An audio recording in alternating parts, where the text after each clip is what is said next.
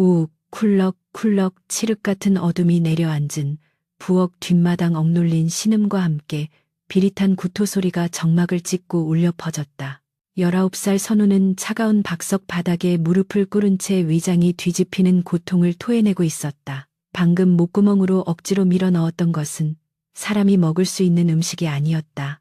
쉰내가 진동하는 보리밥 덩어리와 곰팡이가 슬어 푸르스름하게 변한 된장국 찌꺼기. 그것은 짐승의 여물통에나 들어갈 법한 오물이었다. 그러나 사흘을 굶은 허기는 그 더러운 것마저 탐하게 만들었고 결과는 참혹했다. 위장은 주인을 비웃듯 뒤틀렸고 식도 타는 듯한 쓴물이 넘어오며 선우의 눈가에 굴욕적인 눈물을 맺히게 했다. 백가죽이 등뼈에 달라붙을 것 같은 고통보다 더 그를 괴롭히는 것은 이 처참한 꼴을 지켜보고 있는 단 한 사람의 서늘한 시선이었다. 부엌 문지방 너머 희미한 호롱불 아래서 팔짱을 낀 채 그를 내려다보는 여인, 바로 선우의 계모 윤씨였다. 그녀의 눈빛에는 일말의 동정도 어미로서의 자애로움도 없었다. 오직 지독한 경멸과 귀찮음만이 서리빨처럼 맺혀 있을 뿐이었다. 배가 파라러 흙이라도 파먹을 기세더니 주는 밥도 제대로 소화하지 못하는 꼴이라니. 천하에 쓸모없는 밥버러지가 따로 없구나. 윤 씨의 목소리는 낮고 차가웠으며 비수처럼 선우의 가슴에 꽂혔다. 선우는 입가에 묻은 오물을 거칠게 닦아내며 비틀거리는 몸을 일으켜 세웠다. 다리가 후들거려 당장이라도 쓰러질 것 같았지만 저 여인 앞에서 나약한 모습을 보이고 싶지 않다는 오기 하나가 그를 버티게 했다. 선우가 원망 가득한 눈으로 윤 씨를 노려보자 그녀는 코웃음을 치며 치마폭을 털었다. 그 눈빛은 무엇이냐. 내 놈 아비가 남긴 재산을 축내며 먹여주고 재워준 은혜를 원수로 갚겠다는 것이냐. 네가 이 집안의 장자라고 유세라도 떨고 싶은 모양인데 꼬락서니를 보아라. 내 놈은 이제 양반집 도련님이 아니라 밥값도 못하는 식충이일 뿐이다.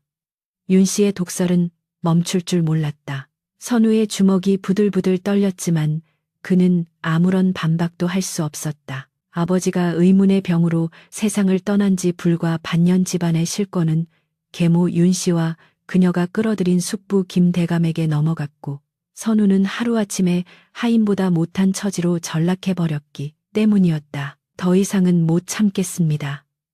차라리 저를 죽이십시오. 이런 짐승만도 못한 대우를 받으며 사느니 아버님이 계신 저승으로 가는 게 낫겠습니다. 선우가 피를 토하듯 절규했다. 그의 목소리에는 지난 반년간 쌓인 서름이 묻어 있었다. 그러나 윤 씨는 눈 하나 깜짝하지 않았다. 오히려 기다렸다는 듯 싸늘한 미소를 지으며 부엌 구석에 놓여있던 낡은 괴나리 보찜 하나를 선우의 발치로 툭 던졌다. 보찜은 바닥에 떨어지며 둔탁한 소리를 냈다. 죽는 것은 내 자유나 내 집 마당에서 객사하여 집안에 재수없는 기운을 남길 생각은 추호도 말거라. 안 그래도 내 놈을 내보낼 참이었다.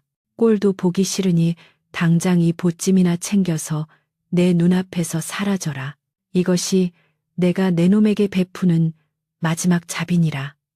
그것은 축객령이었다. 한겨울에 매서운 칼바람이 문틈으로 새어 들어와 선우의 얇은 옷자락을 파고들었지만 윤 씨의 말보다 춥지는 않았다. 선우는 바닥에 뒹구는 보찜을 멍하니 내려다보았다.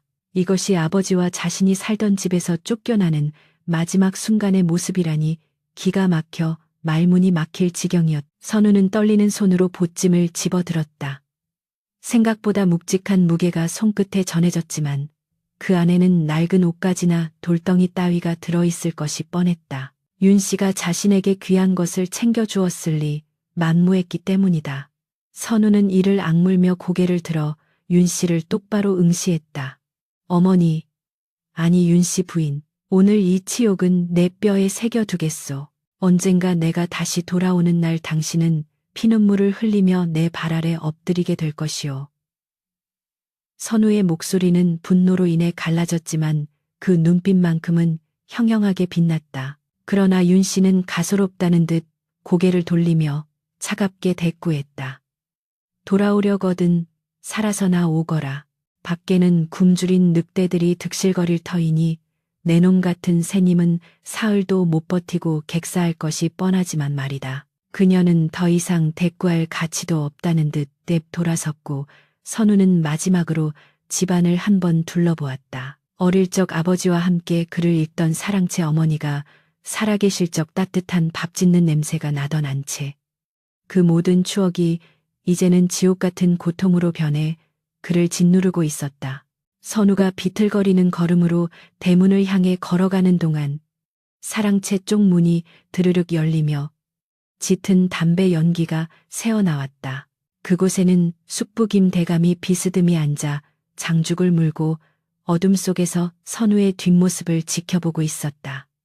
그의 눈은 먹잇감을 노리는 뱀처럼 음습하고 탐욕스러웠다. 선우는 그 시선을 느꼈지만 차마 고개를 돌려 숙부와 마주할 용기가 나지 않았다.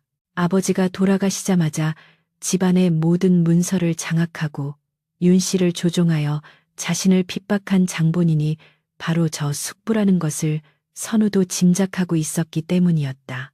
숙부의 입가에는 비릿한 미소가 걸려 있었다. 그래, 제발로 나가주니 수고를 덜었구나. 오늘 밤 자객을 보내쥐도 새도 모르게 처리하려 했는데 객지에서 죽는 편이 뒤탈도 없고 좋지. 숙부의 속마음을 알 리 없는 선우는 그저 도망치듯 대문을 밀고 나갔다. 끼익 하는 쇳소리와 함께 육중한 대문이 열렸고 밖에서는 살을 내는 듯한 찬바람이 몰아치고 있었다. 선우는 뒤도 돌아보지 않고 어둠 속으로 몸을 던졌다. 그렇게 그는 자신이 나고 자란 집에서 버림받았다. 대문이 쿵 하고 닫히는 소리가 들리자 부엌에 서 있던 윤 씨의 어깨가 흠칫 떨렸다. 그녀는 선우가 사라진 대문 쪽을 뚫어지게 바라보다가 다리에 힘이 풀린 듯 그 자리에 주저앉았다. 차갑고 독해 보이던 그녀의 얼굴에서 순식간에 가면이 벗겨져 나갔다. 윤 씨의 얼굴은 공포와 슬픔 그리고 안도감이 뒤섞인 기묘한 표정으로 일그러졌다. 그녀의 손은 심하게 떨리고 있었고 이마에는 식은땀이 송글송글 맺혀 있었다. 갔구나. 드디어 갔어. 윤 씨는 떨리는 입술로 중얼거리며 가슴을 쓸어내렸다. 그녀가 선우에게 먹인 쉰 밥은 그를 당장 집 밖으로 내쫓기 위한 구실에 불과했다. 오늘 밤 숙부 김대감이 선우의 밥상에 비소를 탈 계획을 세우고 있다는 것을 우연히 엿들은 윤 씨가 취할 수 있는 유일한 방법은 선우가 밥을 먹기 전에 억지로라도 내쫓아 목숨을 부지하게 하는 것뿐이었다. 윤 씨는 자신의 가슴을 쥐어뜯으며 소리 없는 오열을 토해냈다. 선우야, 미안하다. 이 못난 어미를 용서하지 마라. 차라리 나를 증오하고 미워해서 그 도끼로라도 살아남아라. 그때 등 뒤에서 서늘한 기척이 느껴졌다. 윤 씨는 황급히 눈물을 훔치고 다시금 독한 계모의 가면을 얼굴에 덮었었다. 형수님 처리는 잘 되었소. 사랑채에서 나온 김대감이 느릿한 걸음으로 부엌으로 다가오고 있었다. 그의 목소리에는 의심의 기색이 역력했다. 윤 씨는 천천히 몸을 일으켜 김대감을 마주 보았다. 그녀의 눈빛은 다시금 차갑게 식어 있었다. 예, 서방님. 꼴도 보기 싫은 그 식충이를 드디어 내쫓았습니다. 쉰 밥덩이 하나 던져주니 제 분을 못 이기고 뛰쳐나가더군요. 윤 씨의 목소리는 표독스러웠지만 소매 속에 감춘 두 손은 피가 통하지 않을 정도로 꽉 쥐어져 있었다. 김대감은 윤 씨의 얼굴을 유심히 살피더니 이내 만족스러운 듯 껄껄 웃음을 터뜨렸다. 하하, 잘하셨소. 형수님도 이제야 속이 시원하시겠구려. 전처 자식이 눈에 가시처럼 박혀 있으니 얼마나 답답하셨겠소. 이제 이 집안의 재산은 모두 우리, 아니 형수님과 조카인 제 아들의 것이 아니겠소. 김대감의 탐욕스러운 웃음소리가 밤하늘에 울려 퍼졌지만 윤 씨는 그저 무표정하게 서 있을 뿐이었다. 한편 마을 어귀를 벗어나 산길로 접어든 선우는 거친 숨을 몰아쉬며 발걸음을 재촉했다. 하늘에서는 기어이 짙눈깨비가 흩날리기 시작했다. 젖은 신발이 발을 얼어붙게 만들었고 얇은 무명옷 하나로는 칼바람을 막아내기에 역부족이었다. 선우는 품에 안은 보찜을 더욱 꽉 끌어안았다. 윤 씨가 던져준 이 보찜은 그에게 굴욕의 상징이었지만 지금 이 순간 그가 의지할 수 있는 유일한 물건이기도 했다. 두고 보자. 내 반드시 살아서 보란 듯이 성공하여 돌아올 것이다. 그때는 이 보찜 속의 돌덩이라도 금덩이로 바꾸어 내 면상에 던져주마. 선우의 눈에서 뜨거운 눈물이 흘러내려 차가운 볼을 적셨다.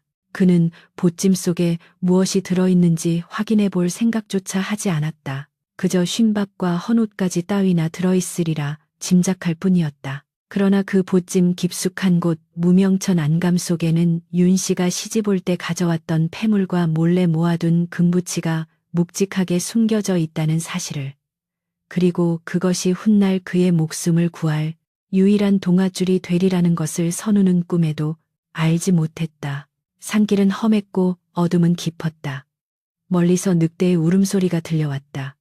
선우는 공포와 추위 그리고 배신감에 떨며 한 걸음 한 걸음 발을 내디뎠다. 그의 뒤로 집안의 따뜻한 불빛은 점점 멀어져 갔고 앞에는 알 수 없는 운명의 폭풍우가 기다리고 있었다. 숙부 김대감이 보낸 자객들이 이미 그림자처럼 그의 뒤를 밟고 있다는 사실을 모른 채 선우는 오직 살아야겠다는 본능 하나로 어둠 속을 헤치고 나갔다. 이것이 기구한 운명을 타고난 한 남자의 처절한 생존기의 시작이었다. 휘몰아치는 눈보라는 마치 성난 짐승의 발톱처럼 선우의 온몸을 핥히고 지나갔다. 마을 어귀를 벗어나 첩첩산중으로 들어설수록 바람은 더욱 사나워졌고 무릎까지 차오른 눈은 걸음을 옮길 때마다 천근만근의 족쇄가 되어 발목을 잡아 끌었다.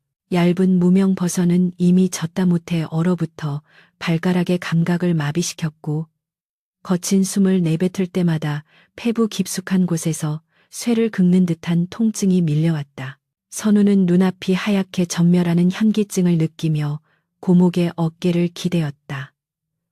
사흘을 굶고 쉰 밥조차 토해낸 빈속은 이제 고통을 넘어선 기이한 허무함으로 가득 차 있었다. 세상 천지에 홀로 남겨진 듯한 고독감. 그것은 추위보다 더 시리고 배고픔보다 더 잔인하게 선우의 영혼을 파고들었다. 그는 앙상하게 마른 손으로 윤 씨가 던져준 보찜을 생명줄인 양 움켜쥐었다. 그 안에는 어미라 불렀던 여인이 자신에게 남긴 마지막 모욕이 들어있을 터였지만 아이러니하게도 지금 이 순간 그 짐꾸러미의 무게만이 그가 살아있음을 느끼게 해주는 유일한 감각이었다. 빌어먹을 선우는 갈라진 입술 사이로 저주 섞인 신음을 토해냈다.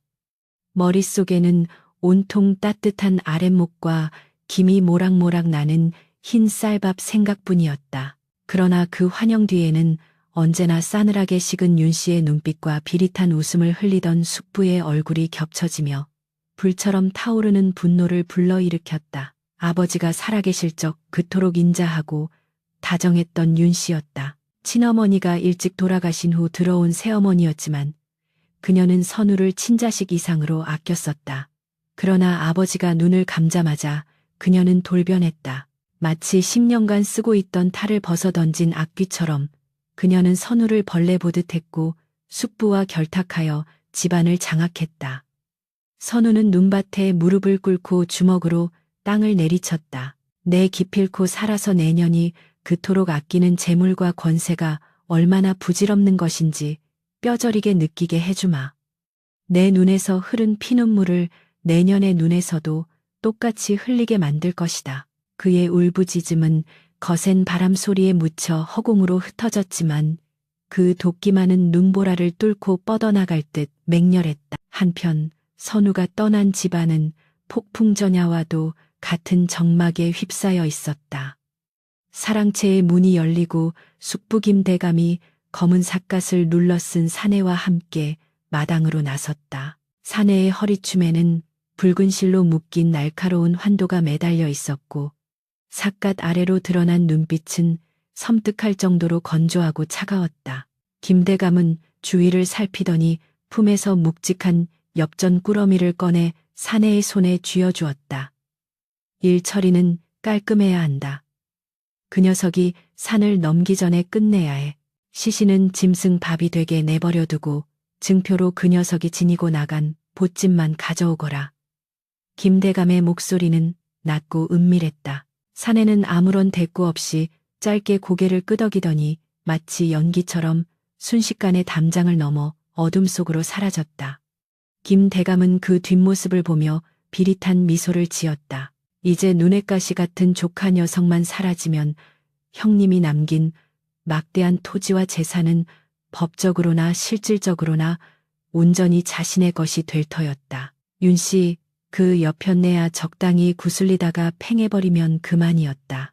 그 시각 안채 깊숙한 곳에서는 기괴한 풍경이 벌어지고 있었다.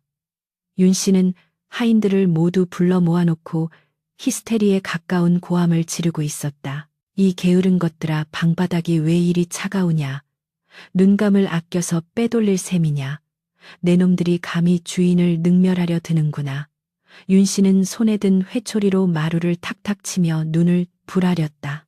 하인들은 겁에 질려 머리를 조아렸지만 속으로는 독한 년 전처 자식을 내쫓더니 이제 아주 미쳐 날뛰는구나 하며 혀를 찼다. 윤씨는 하인들의 경멸 어린 시선을 느끼면서도 멈추지 않았다. 그녀는 곶간 열쇠 꾸러미를 허리춤에 요란하게 매달고 다니며 쌀 한 톨, 콩 한 쪽까지 세고 또 세었다. 내 재산이다. 아무도 못 가져가. 그 밥벌레 같은 놈이 축낸 쌀이 몇 섬인데 이제야 곶간이 좀 차겠구나. 그녀는 일부러 김대감이 들으라는 듯 큰 소리로 떠들며 탐욕스러운 계모의 연기를 이어갔다. 그러나 아무도 보지 않는 순간 그녀가 돌아앉은 등 뒤로는 굵은 눈물방울이 하염없이 떨어져 치마폭을 적시고 있었다. 윤씨는 밤마다 잠들지 못하고 정화수 한 그릇을 떠놓고 비는 시냅을 했다. 겉으로는 우리 집안의 번영과 재물이 흩어지지 않게 해주소서라고 중얼거렸지만 속으로는 피를 토하는 심정으로 부처님과 천지신명께 빌고 있었다. 비나이다, 비나이다. 제발 우리 선우가 무사히 도망치게 해주소서. 그 아이의 발길 닿는 곳마다 귀인을 만나게 하시고 이 모진 어미를 향한 증오를 택감 삼아 얼어 죽지 않게 해주소서. 윤씨는 알고 있었다. 김대감이 보낸 자객 흑기가 얼마나 잔혹한 살수인지. 그녀가 할 수 있는 일이라곤 집안에서 미친 듯이 돈을 밝히는 악녀 노릇을 하여 김대감의 의심을 피하고 시간을 버는 것뿐이었다. 만약 자신이 선우를 걱정하는 기색을 조금이라도 보인다면 교활한 김대감은 즉시 눈치채고 더 큰 함정을 팔 것이 뻔했기 때문이었다. 그녀는 찢어지는 가슴을 부여잡고 오늘도 하인들에게 소금을 뿌리며 악다구니를 썼다. 다시 칠흑 같은 산길. 선우는 감각이 없어진 다리를 억지로 움직이며 고갯마루를 넘고 있었다. 그때였다. 윙윙거리는 바람 소리 사이로 무언가 이질적인 소리가 섞여 들려왔다. 눈을 밟는 소리, 짐승의 것이라기엔 너무나 규칙적이고 사람의 것이라기엔 소름 끼칠 정도로 신속한 발소리였다. 선우의 등골에 서늘한 전율이 흘렀다. 본능이 경고하고 있었다. 누군가 자신을 쫓고 있다는 것을.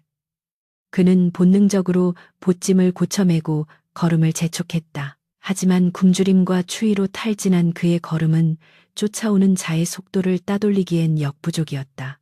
뒤를 힐끔 돌아본 순간 어둠 속에서 번뜩이는 칼날의 서슬퍼런 빛이 눈에 들어왔다.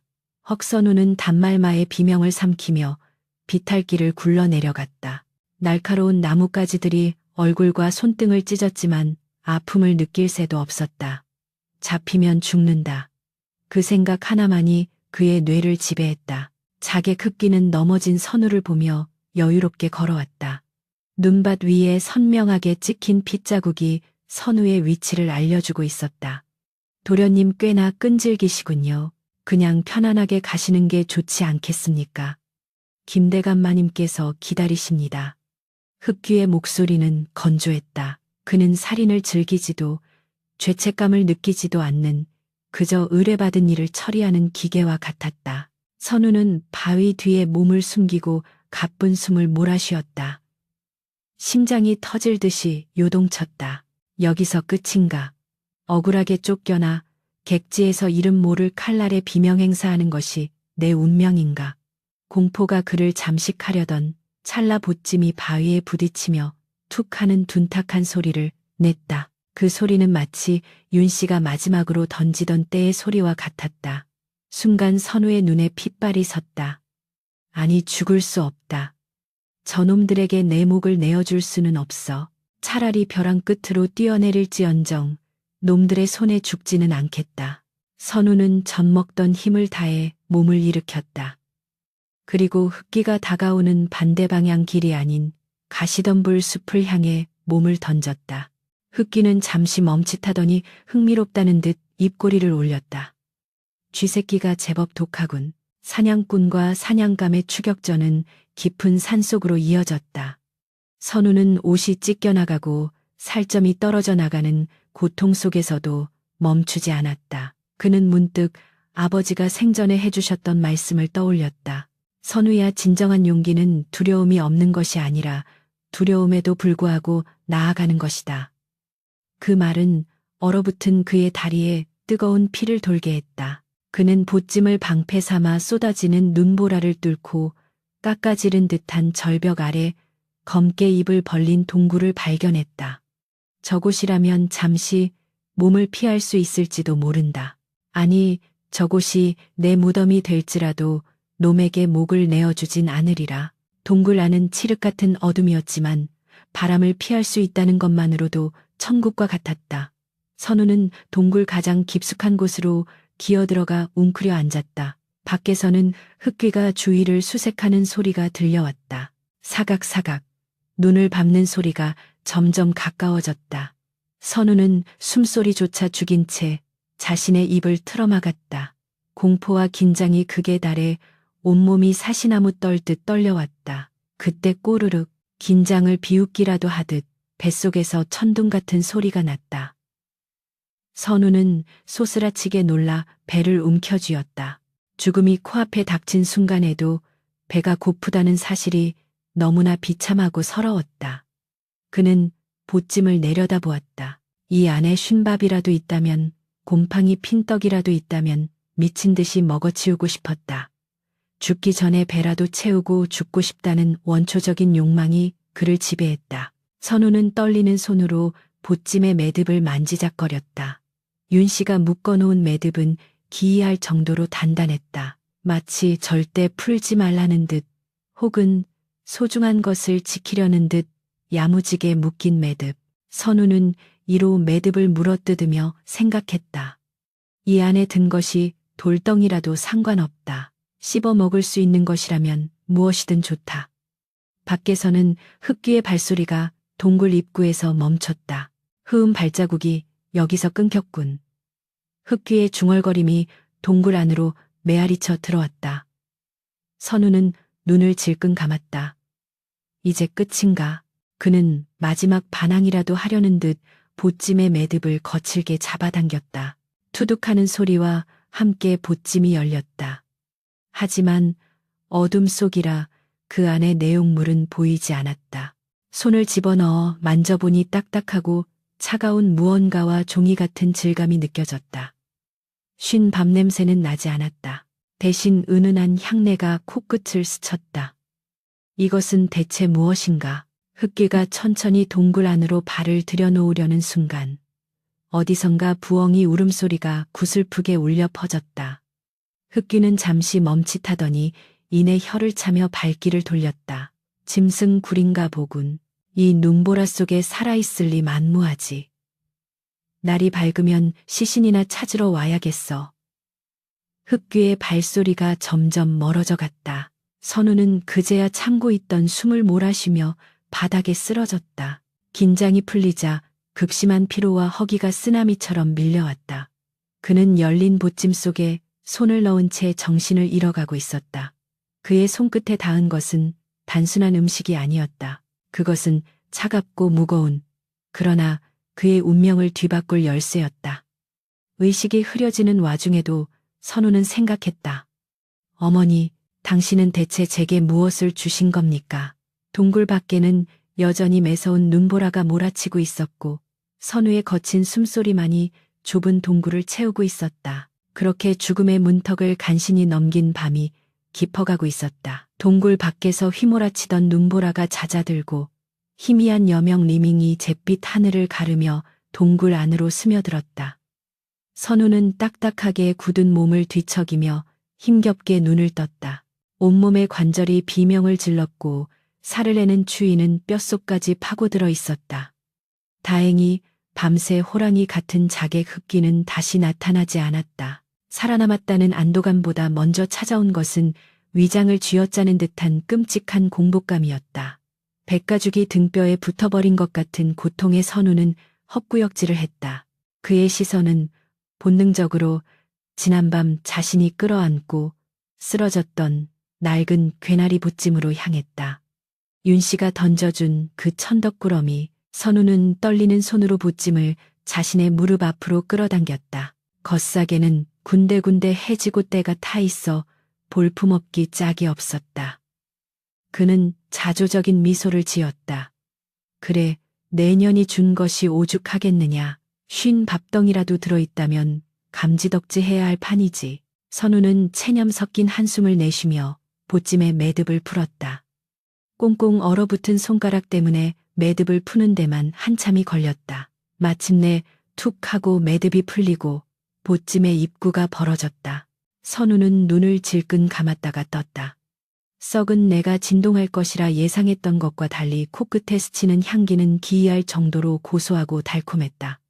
선우는 눈을 의심했다. 보찜 안에는 쉰 보리밥이나 곰팡이 핀 된장국 찌꺼기가 들어있지 않았다. 대신 기름종이에 정성스럽게 쌓인 두툼한 육포 한 덩이와 꿀과 참기름 냄새가 진동하는 최고급 약과가 수북이 담겨 있었다. 이게 무슨... 선우의 입에서 당황스러운 신음이 새어나왔다. 이것은 평범한 양반집에서도 명절 때나 맛볼 수 있는 귀한 음식들이었다. 밥벌어지라며 구박하던 계모가 밥값도 아깝다며 쫓아낸 자식에게 이런 진수성찬을 싸주었다니 도무지 이해할 수 없는 상황에 선우는 잠시 멍하니 음식을 내려다보았다. 하지만 의문보다 식욕이 먼저였다. 선우는 허겁지겁 육포를 집어들어 입으로 가져갔다. 딱딱하게 말린 고기였지만 씹을수록 배어나오는 짭조름하고 고소한 육즙은 말라비틀어진 그의 혀를 환희로 적셨다. 그는 짐승처럼 육포를 뜯어 삼켰다. 목구멍으로 넘어가는 고기 조각들이 마치 생명수처럼 느껴졌다. 이어 약과를 한 입 베어 물짜진한 조청의 단맛이 입안 가득 퍼지며 머리가 핑 돌 정도로 아찔한 쾌감을 선사했다. 정신없이 음식을 입에 넣던 선우의 눈에서 툭 하고 눈물방울이 떨어져 약과 위로 스며들었다. 맛있다. 너무나 맛있다. 사흘 만에 처음으로 느껴보는 포만감은 그를 울게 만들었다. 억울함과 서러움, 그리고 알 수 없는 혼란스러움이 뒤섞여 목이 메어왔다. 그는 입안 가득 음식을 넣은 채 꺽꺽거리며 오열했다. 왜일까? 그토록 증오하던 계모가 싸준 음식이 이토록 달콤하고 따뜻한 이유가 무엇일까? 허기가 어느 정도 가시자 이성이 돌아온 선우는 보찜을 다시 살피기 시작했다. 음식 밑에는 그가 평소 즐겨 입던 두툼한 무명옷 두 벌과 튼튼한 가죽신 한 켤레가 가지런히 개어 있었다. 그리고 보찜의 바닥을 더듬던 선우의 손끝에 무언가 딱딱하고 묵직한 이물감이 느껴졌다. 겉으로 보기엔 평범한 보찜이었으나 바닥 안감 속에 무언가 숨겨져 있는 것이 분명했다. 선우는 주변에 굴러다니는 날카로운 돌조각을 집어들어 보찜의 바닥천을 조심스럽게 찢었다. 찌익 하는 소리와 함께 드러난 것은 아침 햇살을 받아 번쩍이는 누런 금빛이었다.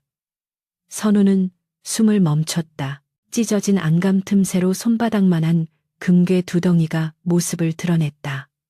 그것은 윤 씨가 친정에서 가져왔다던 예물 금괴 집안의 비상금이나 다름없는 물건이었다. 그뿐만이 아니었다. 금괴 사이에는 붉은색 인주가 묻은, 아니 핏빛으로 쓴 듯한 서신 한 장이 꼬깃꼬깃 접혀 있었다. 선우의 손이 사시나무 떨듯 떨렸다. 그는 금괴를 바닥에 내려놓고 떨리는 손으로 서신을 펼쳤다. 익숙한 필체였다. 겉으로는 차갑기 그지없었으나 아버지의 재문 지원을 쓸 때마다 남몰래 정성을 들이던 윤 씨의 단아한 글씨체였다. 서신을 읽어 내려가는 선우의 눈동자가 심하게 흔들렸다. 선우야 보아라. 네가 이 서신을 읽고 있다면 부디 살아있다는 뜻이길 천지신명께 빌고 또 빈다. 모진 어미를 용서하지 마라. 아니 차라리 나를 뼈에 사무치도록 미워하여라. 그 증오가 너를 살게 할 힘이 된다면 나는 기꺼이 천하의 악녀가 되겠다. 오늘 밤 네 숙부가 네 저녁상에 비소를 탈 것이라는 이야기를 들었다. 너를 살리기 위해선 밥상을 얻고 너를 당장 이 집 밖으로 내모는 수밖에 없었다. 쉰 밥을 먹여서라도 모욕을 주어서라도 네가 제 발로 나가게 해야만 했다. 그렇지 않으면 너는 오늘 밤을 넘기지 못했을 것이다. 이 금괴는 내가 평생 모은 것이다. 이것을 자금 삼아 어디로든 멀리 도망쳐라. 그리고 부디 살아남아 강해지거라. 네 아비의 억울한 죽음과 빼앗긴 가문을 되찾을 힘을 길러라. 그때까지 나는 이 지옥 같은 집에서 미친년 흉내를 내며 네 자리를 지키고 있겠다. 추운 객지에서 굶지 말고 아프지 마라. 내 아들아, 죄 많은 어미가 피눈물로 쓴다. 선우의 입에서 짐승의 울부짖음 같은 탄식이 터져나왔다. 서신을 쥔 손이 하얗게 질렸다. 모든 퍼즐이 맞춰졌다. 왜 그녀가 갑자기 돌변하여 자신을 구박했는지, 왜 하필 그날 밤 그토록 모진 말로 자신을 내쫓았는지, 그녀의 차가운 눈빛 뒤에 숨겨져 있던 처절한 공포와 슬픔이, 독설 속에 감춰져 있던 절박한 모정이 그제야 가슴을 치고 들어왔다. 선우는 기억을 되감았다. 부엌 문지방 너머에서 자신을 바라보던 그녀의 눈빛 보찜을 던지던 떨리는 손길, 그리고 마지막으로 대문이 닫힐 때 들렸던 미세한 흐느낌 소리. 그것은 경멸이 아니었다. 그것은 살점이 떨어져 나가는 듯한 이별의 고통을 참아내는 어미의 몸부림이었다. 자신이 그녀를 원망하며 저주를 퍼붓던 그 순간에도 그녀는 숙부의 칼날로부터 자신을 지키기 위해 홀로 고군분투하고 있었던 것이다. 어머니 선우는 동굴이 떠나가라 소리쳤다. 메아리가 되어 돌아오는 자신의 목소리가 비수가 되어 가슴을 찔렀다. 저는 그것도 모르고 당신을 죽이고 싶도록 미워했습니다. 쉰 밥덩이에 담긴 당신의 마음을, 썩은 국물에 섞인 당신의 눈물을 알아보지 못했습니다. 선우는 땅바닥에 머리를 밑으며 통곡했다. 이마에서 피가 흘러내려 눈물과 뒤섞였지만 그는 멈출 수가 없었다. 숙부의 탐욕에 눈이 멀어 진짜 적과 아군조차 구분하지 못했던 자신의 어리석음이 사무치게 후회스러웠다. 그녀는 자신의 목숨을 담보로 아들을 살린 것이었다. 숙부가 이 사실을 알게 된다면 윤 씨 또한 무사하지 못할 터였다. 그럼에도 그녀는 자신을 살리기 위해 기꺼이 사지로 뛰어들었다. 보찜 속에 들어있던 것은 단순한 금괴와 음식이 아니었다. 그것은 세상 그 어떤 것보다 무겁고 뜨거운 어미의 심장이었다. 한참을 그렇게 울부짖던 선우는 천천히 고개를 들었다. 눈물 범벅이 된 그의 얼굴에는 더 이상 나약한 도련님의 모습은 찾아볼 수 없었다. 슬픔과 후회는 거대한 분노로, 그리고 강철 같은 의지로 변모해 있었다. 그는 서신을 곱게 접어 품속 깊이 심장과 가장 가까운 곳에 넣었다. 그리고 바닥에 놓인 금괴를 집어들었다. 묵직한 금괴의 무게가 그의 결심을 다지게 했다. 살아야 한다. 반드시 살아남아야 한다. 내가 죽으면 어머니의 희생은 물거품이 된다. 선우는 자리에서 일어났다. 여전히 다리는 후들거리고 온몸이 쑤셨지만 눈빛만은 맹수처럼 형형하게 빛나고 있었다. 그는 동굴 밖 자신이 걸어왔던 방향고향 집이 있는 쪽을 향해 무릎을 꿇고 큰 절을 올렸다. 차가운 눈바닥에 머리를 대고 그는 맹세했다. 어머니 기다려 주십시오. 이 불효자 당신의 뜻대로 끈질기게 살아남겠습니다. 늑대보다 더 지독하게, 여우보다 더 교활하게 살아남아 힘을 기르겠습니다. 그리고 반드시 돌아가겠습니다. 그때는 제가 당신의 방패가 되고 당신의 칼이 되어 그 더러운 무리들을 심판하겠습니다. 숙부의 목을 베어 당신의 발 아래 바치고 빼앗긴 우리 가문을 다시 일으켜 세우겠습니다. 부디 그때까지, 제발 그때까지 무탈하십시오. 선우는 눈물을 훔치고 보찜을 다시 단단히 맸다. 가죽신으로 갈아 신은 그의 발걸음은 이전과는 비교할 수 없을 정도로 힘찼다. 보찜 속의 금괴는 그를 지탱해줄 자금이 될 것이고 품속의 서신은 그가 나아갈 방향을 가리키는 나침반이 될 것이었다. 그는 동굴을 나섰다. 밖에는 여전히 칼바람이 불고 있었지만 선우는 더 이상 춥지 않았다. 그의 가슴 속에는 어미가 지펴준 복수의 불꽃과 뜨거운 사랑이 활활 타오르고 있었기 때문이다. 선우는 산 아래로 뻗은 험한 길을 응시했다. 자객 흑기는 아직 근처를 배회하고 있을지도 몰랐다. 하지만 선우는 두려워하지 않았다. 이제 그는 쫓기는 사냥감이 아니었다. 그는 복수를 위해 이빨을 가는 갖은 늑대였다.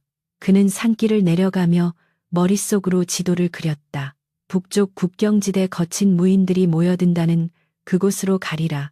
그곳에서 자신의 나약한 껍질을 깨부수고 진정한 힘을 얻으리라.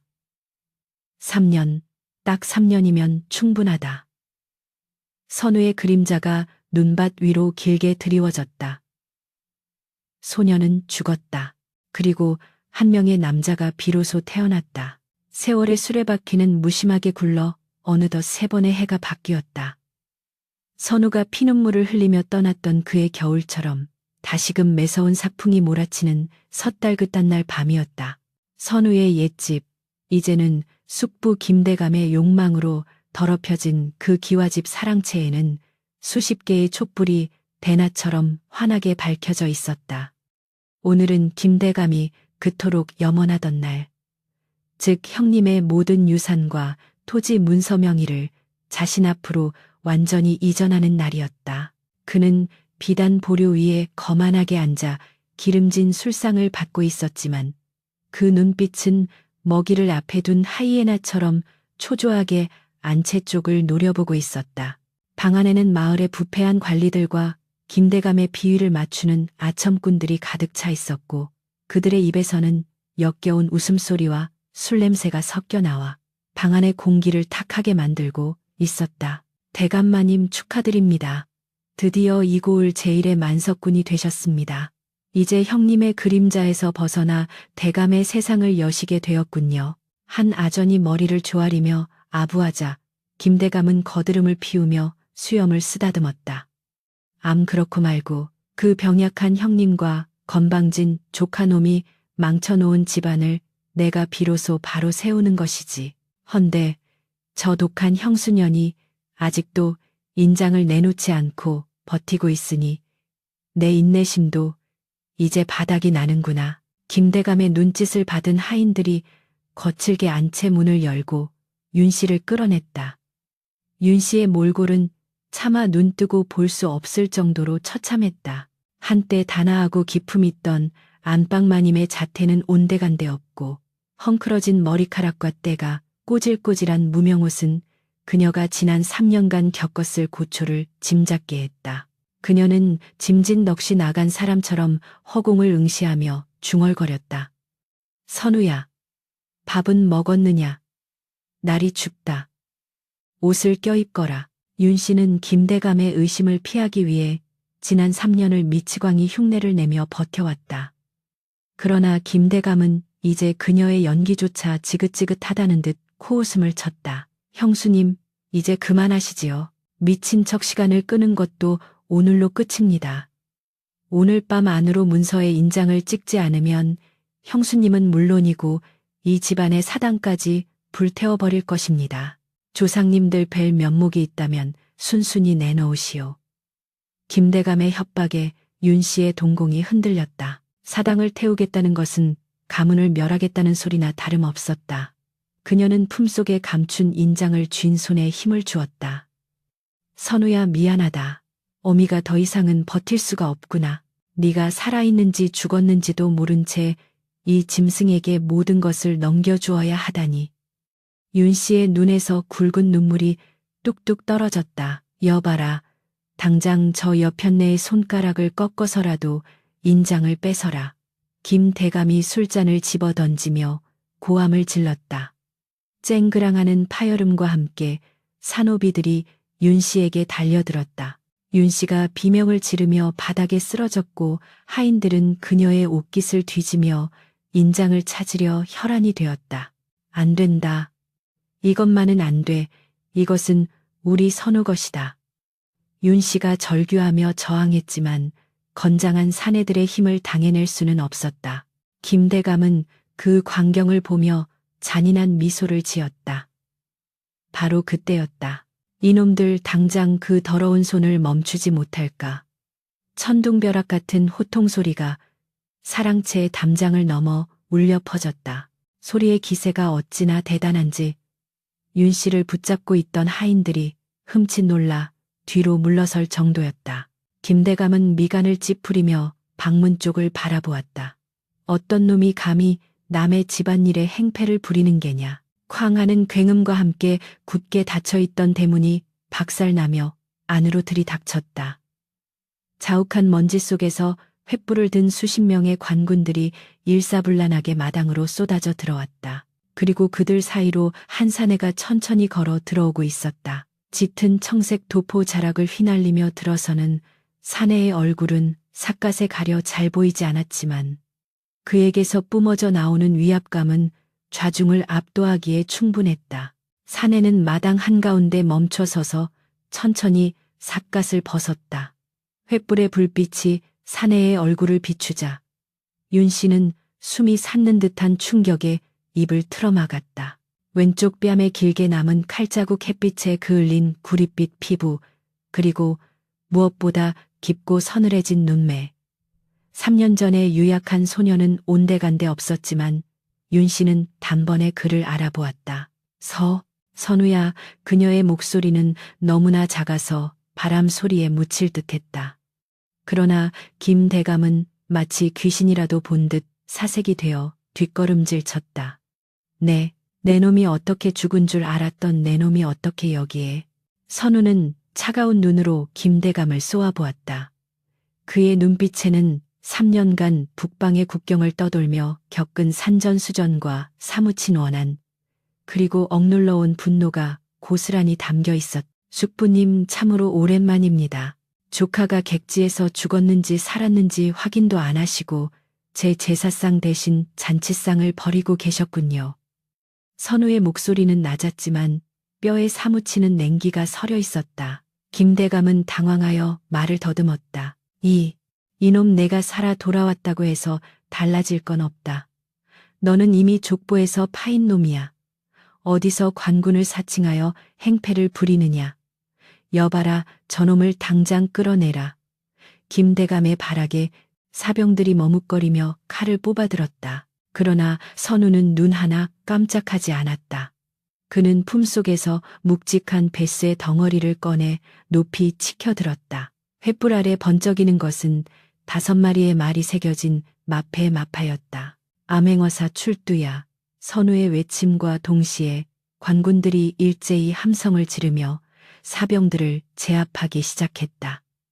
암행어사 박문수, 아니 암행어사 김선우 나리가 여기 계시다.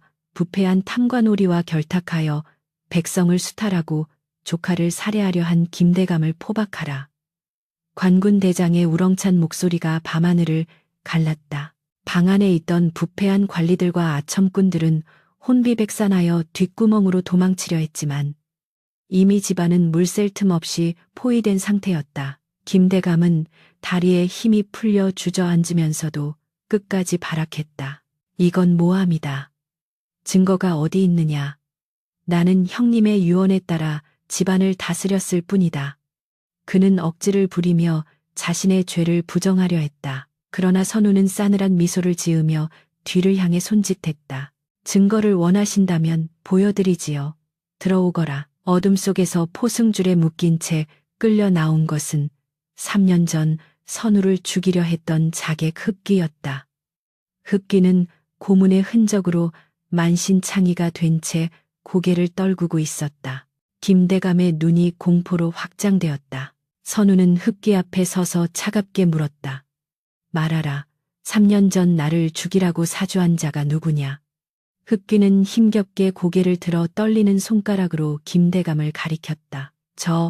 저자입니다. 김대감이 엽전 500냥을 주며 도련님을 쥐도 새도 모르게 죽이고 보찜을 가져오라 시켰습니다.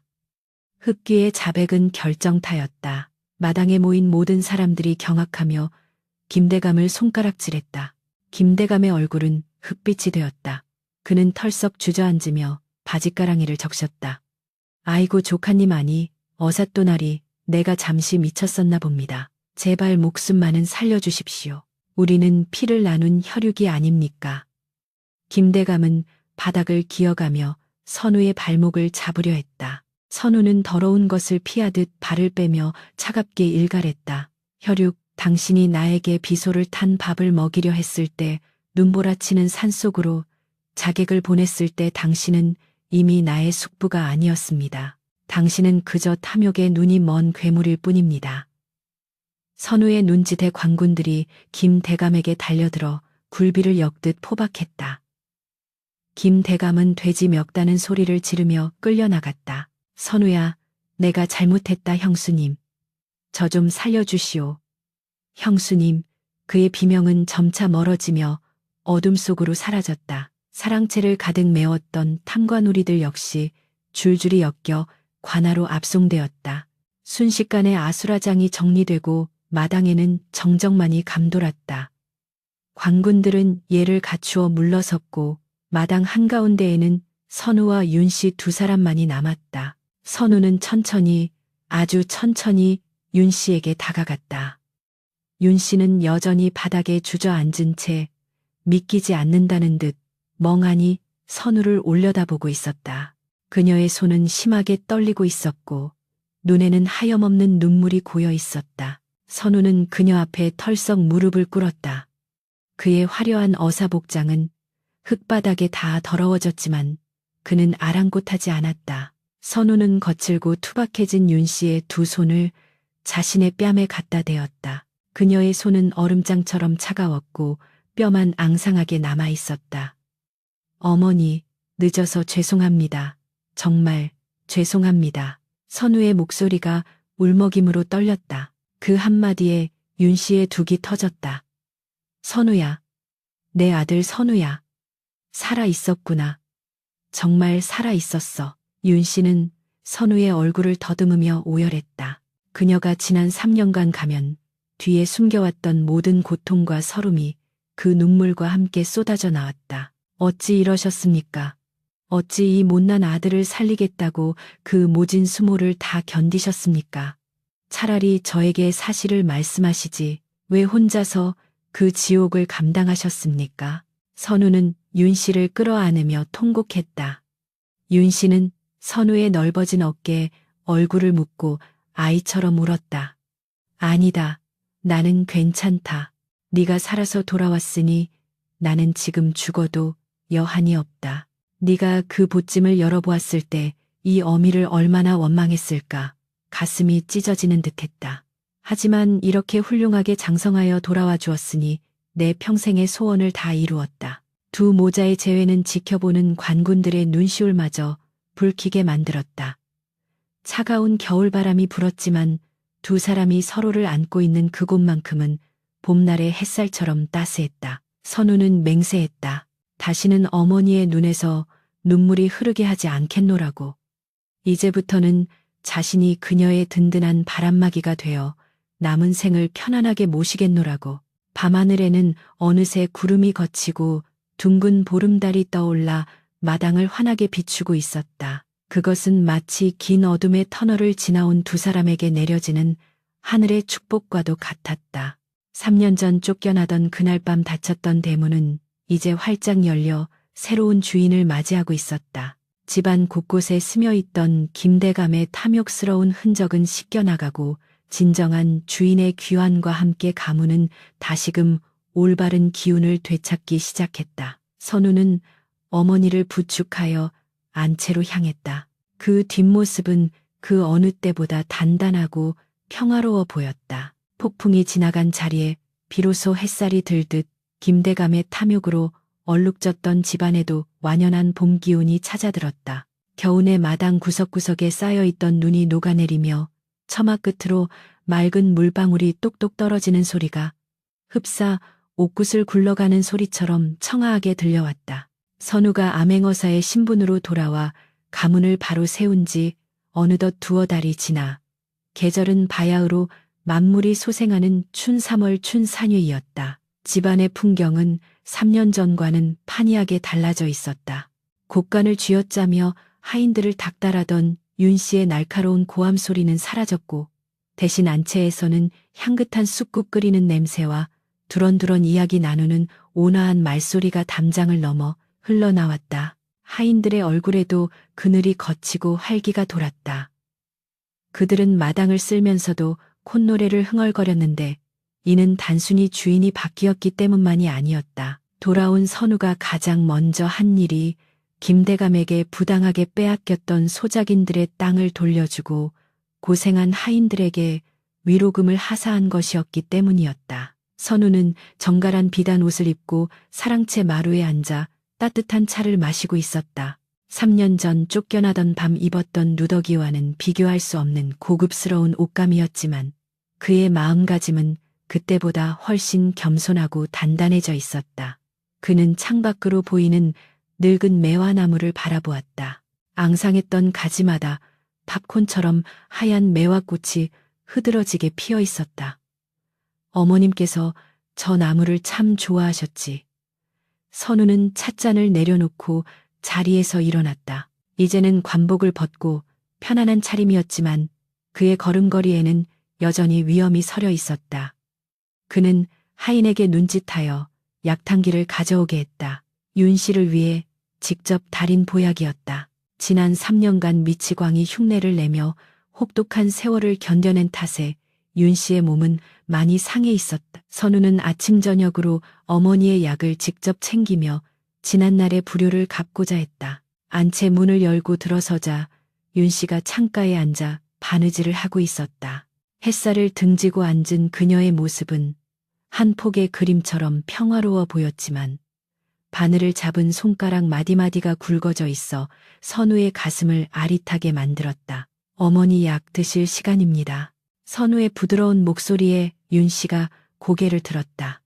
그녀의 얼굴에는 이제 돕기 어린 가면 대신 세월의 흔적이 묻어나는 인자한 주름과 따스한 미소가 자리 잡고 있었다. 오냐, 선우야. 바쁠 터인데 뭐하러 일이 매번 직접 오느냐. 하인들을 시켜도 될 것을. 윤 씨는 타박하는 척하면서도 아들이 내미는 약사발을 받아드는 손길에는 기쁨이 묻어났다. 선우는 어머니의 옆에 무릎을 꿇고 앉아 그녀가 약을 다 마실 때까지 지켜보았다. 쓴 약을 들이키면서도 윤 씨의 표정은 달콤한 꿀물을 마시는 듯했다. 어머니 혹 기억하십니까? 제가 떠나던 날 밤 부엌 뒤에서 토해냈던 그 쉰 밤 말입니다. 선우가 조심스럽게 입을 열었다. 윤 씨는 약사발을 내려놓으며 씁쓸한 미소를 지었다. 어찌 있겠느냐. 내 평생 가장 가슴 아픈 밥상이었다.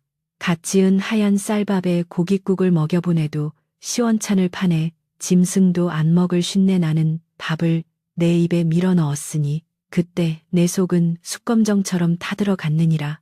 윤 씨의 눈가가 촉촉해졌다. 선우는 따뜻한 손으로 어머니의 거친 손을 감싸 쥐었다. 그때는 그 밥이 독약인 줄 알았습니다. 헌데 객지를 떠돌며 배를 터차보니 알겠더군요.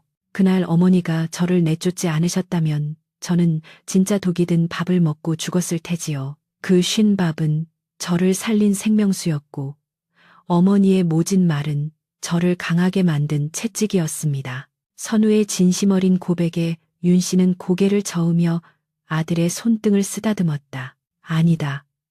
그래도 어미로서 할 짓이 아니었다.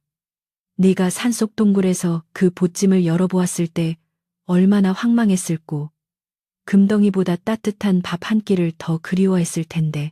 윤 씨의 목소리가 떨렸다. 선우는 고개를 저으며 환하게 웃었다. 아닙니다. 그 보찜 속의 육포와 약과는 천하일미였습니다. 하지만 그보다 더 귀한 것은 안감 속에 숨겨진 어머니의 편지였습니다. 살아서 강해져라. 그 한 문장이 저를 3년 동안 지탱해 주었습니다. 눈보라가 치는 밤이면 어머니의 편지를 품에 안고 잠들었고 칼날이 번뜩이는 전장에서도 어머니의 기다림을 생각하며 버텼습니다. 두 모자는 서로의 눈을 바라보며 깊은 침묵을 공유했다. 100마디 말보다 더 깊은 이해와 사랑이 오가는 순간이었다. 지난 3년의 고통은 이 순간을 위한 값진 수업료였으리라. 오후가 되자 선우는 가문의 사당으로 향했다.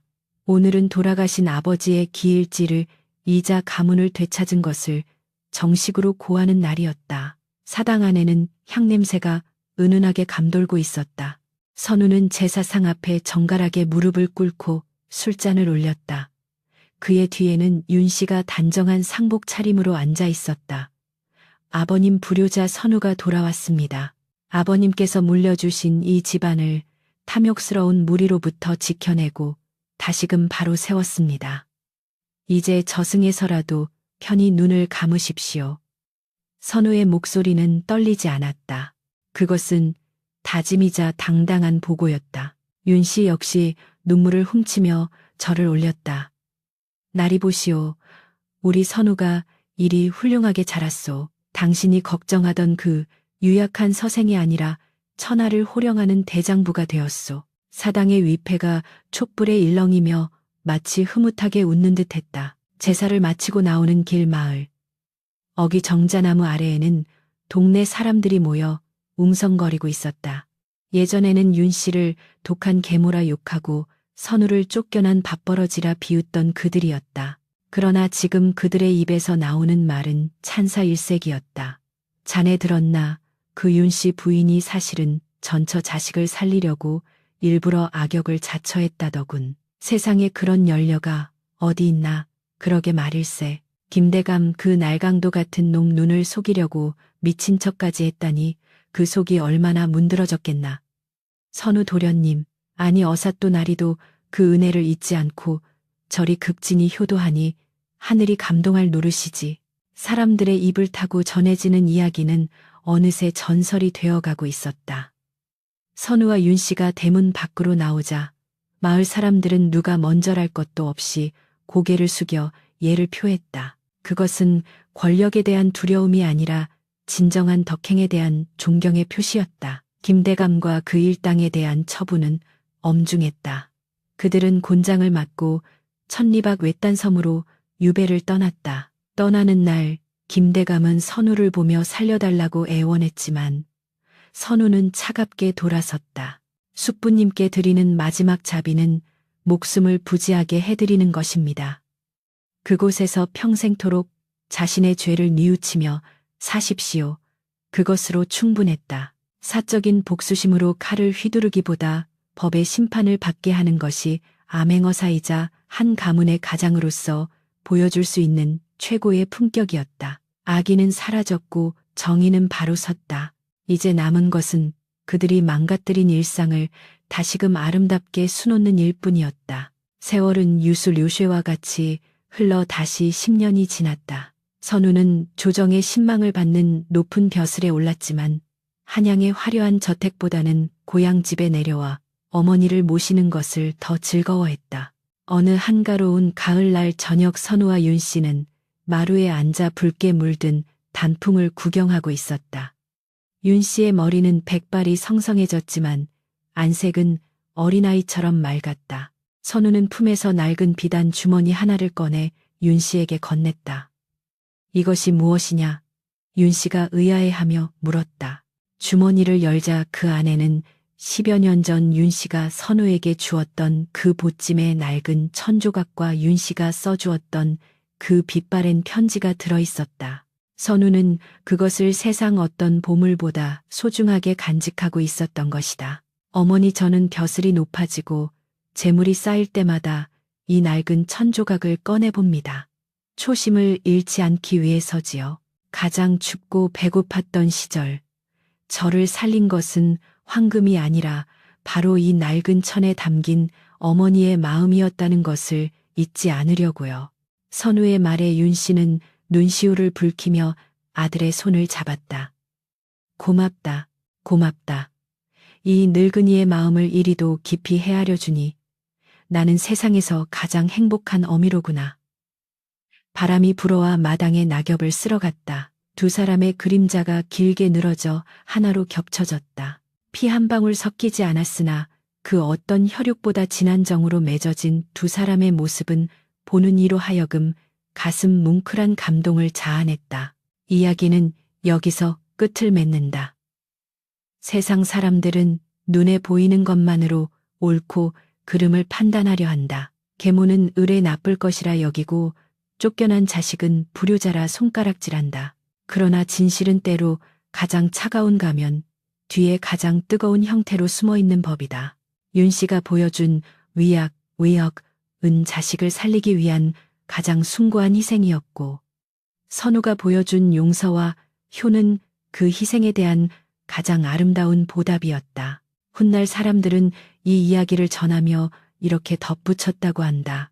달콤한 말 속에 칼이 숨어 있을 수 있고 쓴 밥덩이 속에 황금이 숨어 있을 수 있다. 그러니 사람의 진심을 보려거든 귀로 듣지 말고 마음으로 느껴라. 겉으로 보이는 친절보다 보이지 않는 곳에서 흘리는 눈물이 더 진한 사랑일지니 선우의 집 대문에는 오늘도 따스한 등불이 밝혀져 있어 길 잃은 나그네들의 길잡이가 되어주고 있다.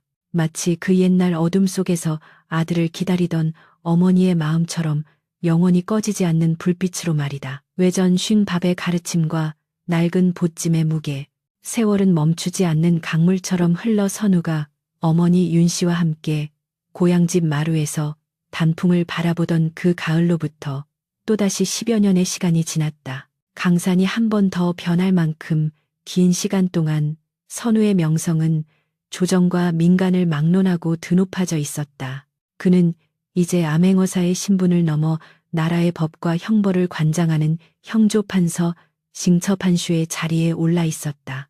서리빨 같은 기계와 청렴결백한 성품, 그리고 무엇보다 억울한 백성의 사정을 꿰뚫어보는 해안회의엔 덕분에 사람들은 그를 청천고텐 판서라 칭송했다. 도성 내의 으리으리한 기와집들 사이에서도 선우의 저택은 검소하기로 유명했다.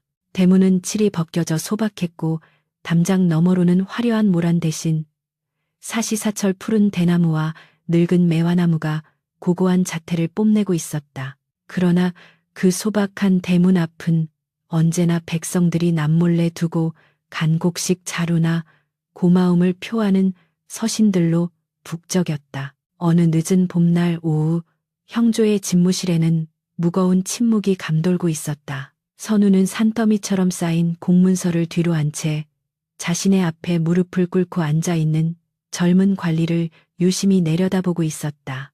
그는 오래 과거에 장원 급제하여 형조 정랑으로 갓 부임한 민재라는 청년이었다. 민재는 총명하고 일처리가 매끄러워 선우가 각별히 아끼는 인재였으나 오늘 그의 표정은 잔뜩 흐려 있었고 눈가에는 분노와 억울함이 가득 차 있었다. 선우가 천천히 붓을 내려놓으며 침묵을 깼다.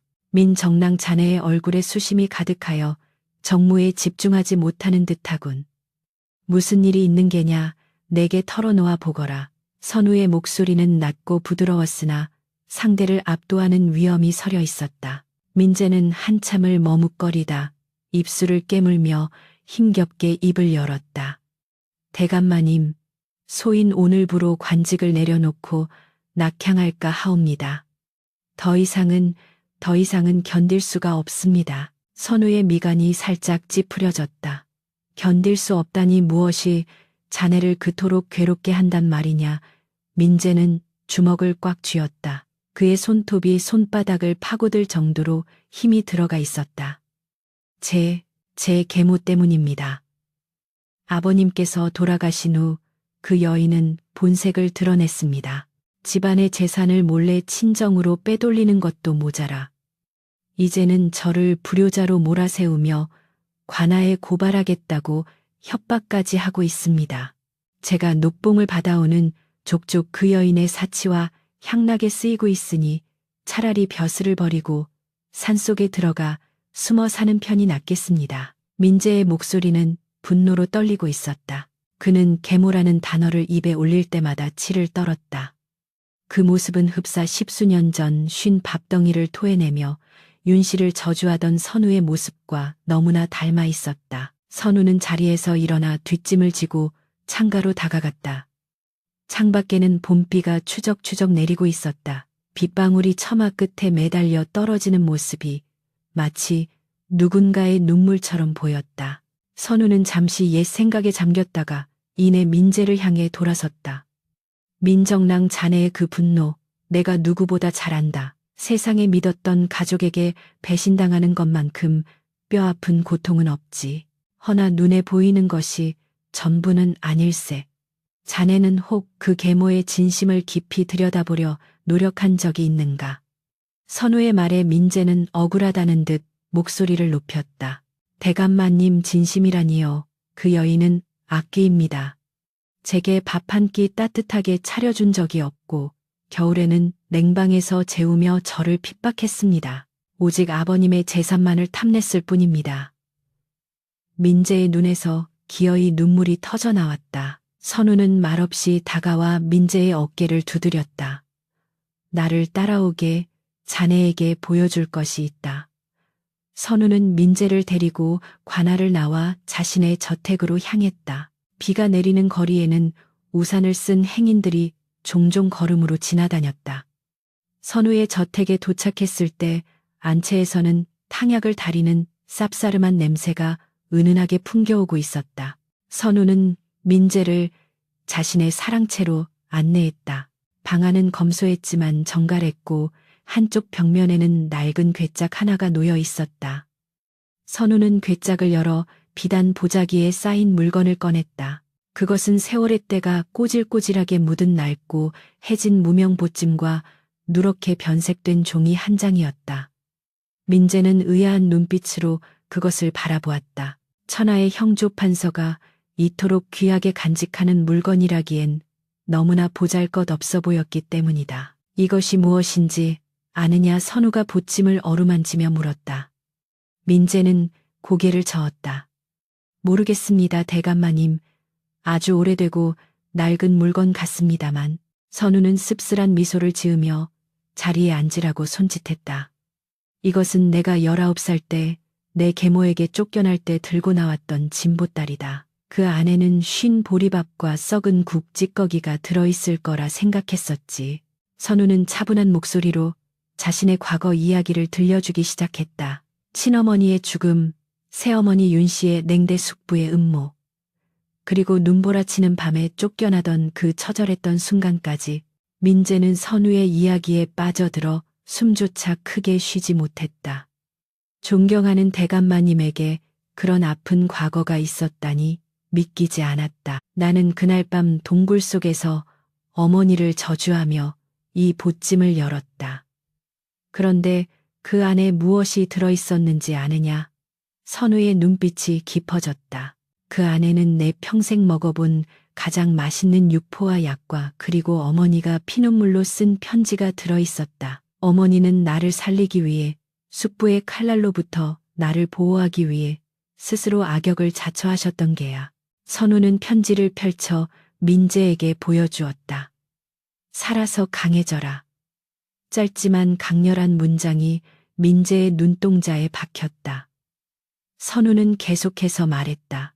자네가 말하는 그 냉대와 핍박이 어쩌면 자네를 강하게 키우기 위한 혹은 다른 누군가의 위협으로부터 자네를 지키기 위한 방패였을지도 모른다는 생각은 해보지 않았느냐. 민재는 혼란스러운 표정으로 고개를 숙였다. 허나 대감마님, 제 계모는 다릅니다. 그녀는 정말로 돈을 탐하여 친정으로. 그때였다. 선우가 품에서 서신 한 통을 꺼내 민재 앞에 내려놓았다. 그것은 형조의 정보통을 통해 선우가 미리 조사해둔 민재의 집안 사정에 관한 보고서였다. 이것을 읽어보게. 자네는 계모가 재산을 빼돌려 친정으로 보냈다고 했지. 사실은 그게 아니었네. 자네 아버님이 생전에 남긴 빚이 어마어마했더군. 사채업자들은 자네가 과거 급제 후 벼슬길에 오르면 빚을 빌미로 자네의 앞길을 막으려 했네. 자네 계모는 그 빚을 갚기 위해 친정의 재산까지 끌어다 썼고 자네가 알면 공부에 방해가 될까봐 악착같이 돈을 밝히는 척하며 뒤로 빚쟁이들을 막아내고 있었던 걸세. 그럴 리가. 민재의 손이 부들부들 떨렸다. 서신에는 빚상환 내역과 채권자들의 각서가 상세히 적혀 있었다.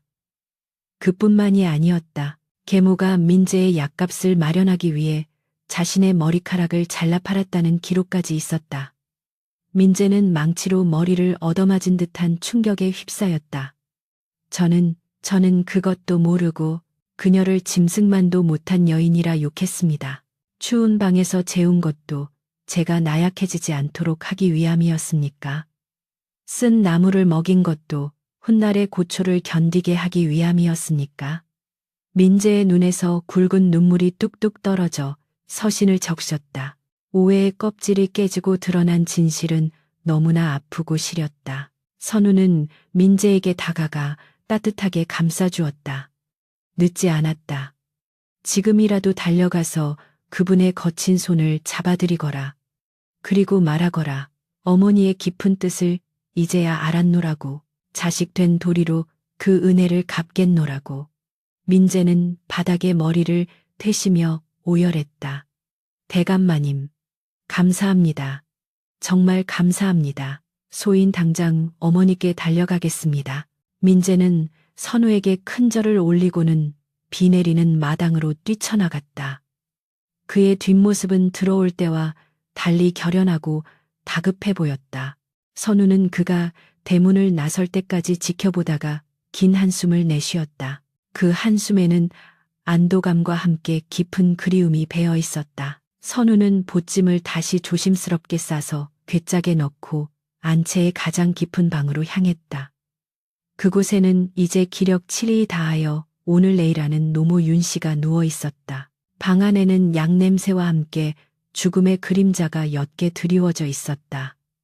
윤 씨는 앙상하게 마른 몸으로 이불에 파묻혀 있었고 숨소리는 가늘고 불규칙했다. 선우는 조용히 어머니의 머리맡에 앉아 그녀의 손을 잡았다. 쭈글쭈글하고 차가운 손.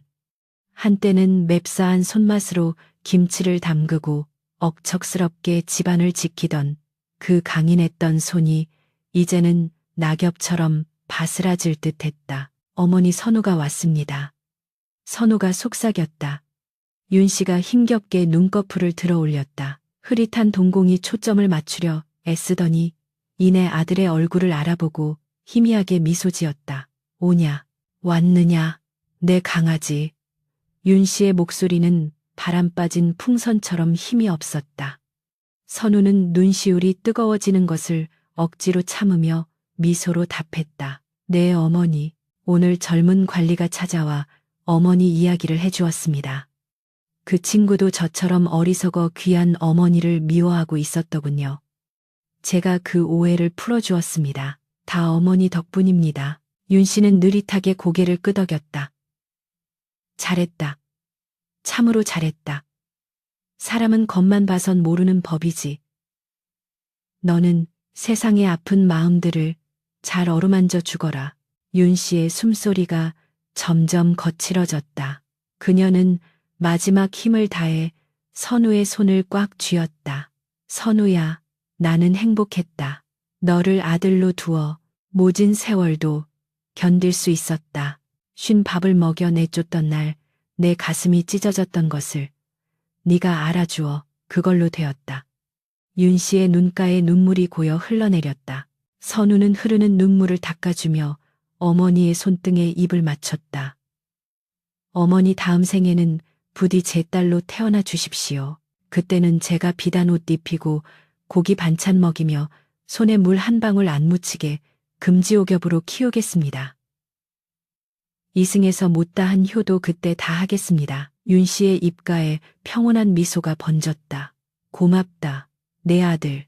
사랑한다. 그 말을 마지막으로 잡고 있던 윤 씨의 손에서 힘이 스르르 빠져나갔다. 가늘게 이어지던 숨소리가 멈추고 방 안에는 정막만이 남았다. 창밖의 빗소리마저 멈춘 듯 고요했다. 선우는 어머니의 가슴에 얼굴을 묻고 소리 없이 오열했다. 하늘이 무너지는 듯한 슬픔이었지만 동시에 따뜻한 이별이었다. 그녀는 자신의 소임을 다하고 아들의 품에서 가장 편안한 모습으로 떠난 것이었다. 윤 씨의 장례는 국장 곡장에 버금갈 정도로 성대하게 치러졌다. 선우의 청렴함과 효심 그리고 윤 씨의 덕행을 기리는 조문객들의 행렬이 심리 밖까지 이어졌다. 왕조차도 조화를 보내어 그들의 삶을 위로했다. 장례가 끝난 후 선우는 어머니의 묘소 앞에 작은 비석을 세웠다. 비석에는 화려한 미사여구 대신 단 한 문장이 새겨져 있었다. 차가운 밥 속에 뜨거운 심장을 숨겼던 여인력이 잠들다. 세월은 다시 흘러 선우 역시 백발의 노인이 되었다. 그는 벼슬에서 물러난 뒤 고향집 사랑채를 서당으로 만들어 아이들을 가르쳤다. 아이들이 글을 읽다가 지루해할 때면 그는 벽장에 넣어둔 낡은 보찜을 꺼내어 옛날 이야기를 들려주곤 했다. 쉰 밥덩이와 금괴 그리고 어머니의 편지 이야기. 아이들은 눈을 반짝이며 그 이야기에 귀를 기울였다. 그래서 할아버지는 그 쉰밥이 맛있었나요? 철없는 아이의 질문에 선우는 껄껄 웃으며 대답했다. 그렇고 말고 세상에서 가장 달고 맛있는 밥이었단다. 사랑이라는 양념이 듬뿍 들어간 밥이었으니까. 어느 맑은 가을날 선우는 마루에 앉아 눈을 감았다. 바람에 실려오는 국화 향기 속에서 어머니의 냄새가 났다. 그는 꿈을 꾸었다. 젊은 시절에 어머니가 부엌에서 갓 지은 하얀 쌀밥을 퍼서 그에게 건네는 꿈을. 선우야, 밥 먹거라. 그 따뜻한 목소리에 선우는 환하게 웃으며 수저를 들었다. 네 어머니, 잘 먹겠습니다. 그의 미소 띤 얼굴 위로 가을 햇살이 따스하게 내려앉았다. 낡은 보찜의 전설은 그렇게 대를 이어 전해지며 삭막한 세상에 진정한 사랑과 효의 의미를 일깨우는 등불이 되었다.